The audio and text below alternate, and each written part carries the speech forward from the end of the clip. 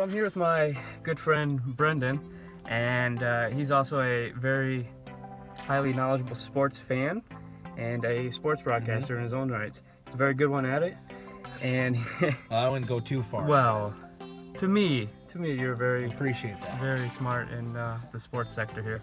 But we're going to be talking about the NCAA tournament. The Sweet 16 is coming up 23rd and 24th, I believe.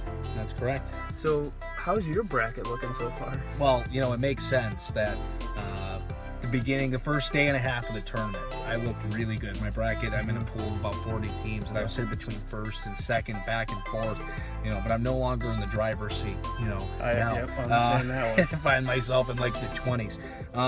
I still have my champion, and I have two of my four Final Four teams left in the tournament. I didn't think Kansas would make it as far, and credit to them for beating Michigan State in the round of 32. And I think my best pick, though, is Villanova losing to Wisconsin, because there's a lot of people who had them winning the championship. 16% of the people in the tournament challenge had them going through and winning it.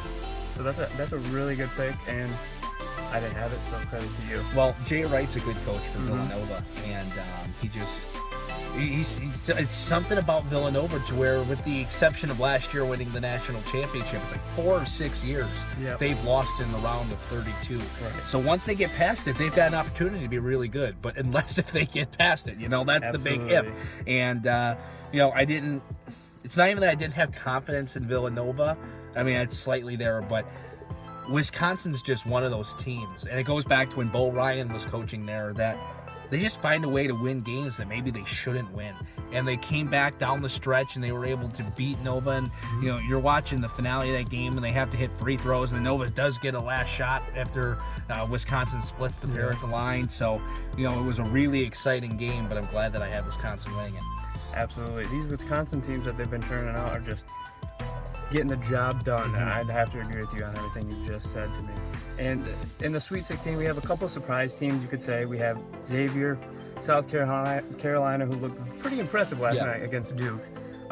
In my opinion, they kind of manhandled Duke towards the end and in the beginning, I could say a little bit. The biggest surprise about South Carolina is that they're not known for scoring a lot of points. They're very low-scoring, generating offense, and they put up 93 against Marquette, 88 against Duke in the first two rounds of the NCAA tournament, and you really can't argue with the numbers there. My bracket, I had Marquette beating South Carolina. I didn't necessarily have a lot of faith, but I guess you can't forget about Frank Martin and the job that he can do. And you think back to when he was at Kansas State and the success he had there, and now here at South Carolina, he's putting together a nice little tournament run, and pretty sweet feeling getting to the Final 16. Doing some good things there. Absolutely is. And like I said, we had a couple other teams. So we had Wisconsin that we just mentioned. They're doing real well. But also another Big Ten team that looked pretty good, in my opinion, was Michigan. Well, I would not say that I bleed the maize and blue to any extent, but I had Michigan beating Louisville. In my bracket, I have them falling to Oregon. I think that Michigan has played a couple very close games in the tournament. The Oklahoma State game can go one of two ways.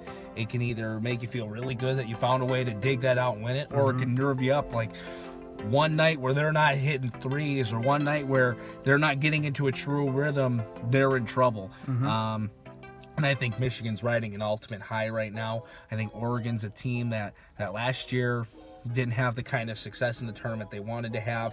They're out to seek some vengeance. They want to go on this extended run. I had them winning the game, but with the way Michigan's playing and the way John Beilein's got his team focused, that is a team that could find themselves, losing to Oregon by 15 or winning the national championship by double digits. They're riding on a lot of momentum and confidence right now. 7 straight games, Big Ten championship, beating a pretty good Louisville team in their own right.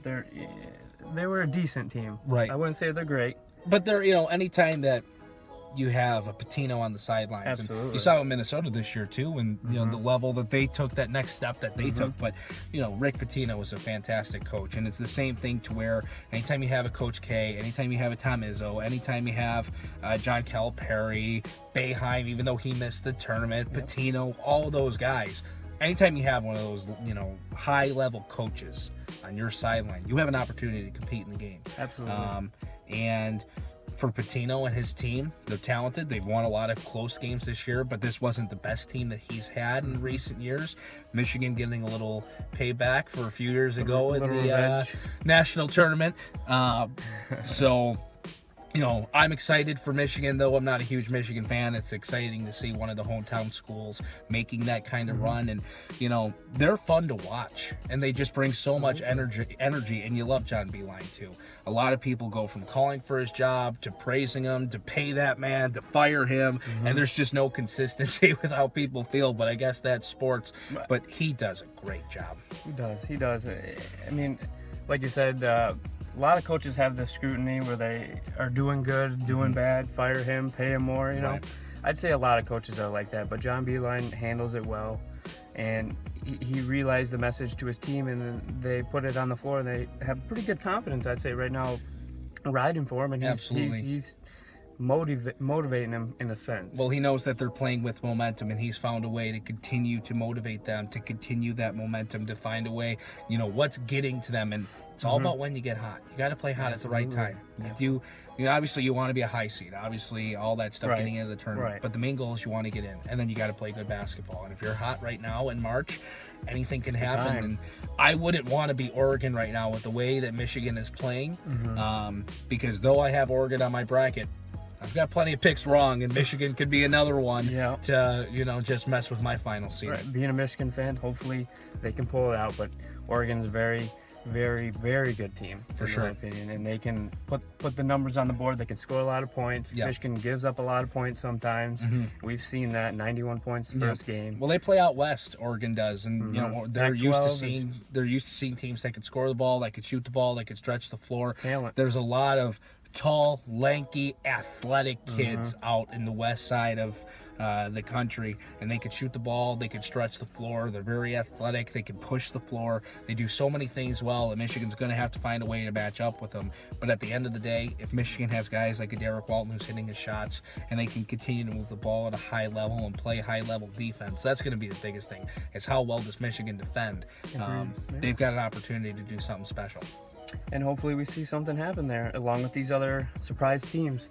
So we all have champions in the NCAA tournament, and who's your champion? Well, not influenced by LeVar Ball by any means, but I have UCLA. I think their combination of speed, shooting ability, Lonzo Ball, of course, and the athleticism he brings and the way that he meshes with the rest of that team, they're dangerous. And, you know, it's going to be a really exciting game between UCLA and Kentucky. Absolutely. That's going to be a fun one.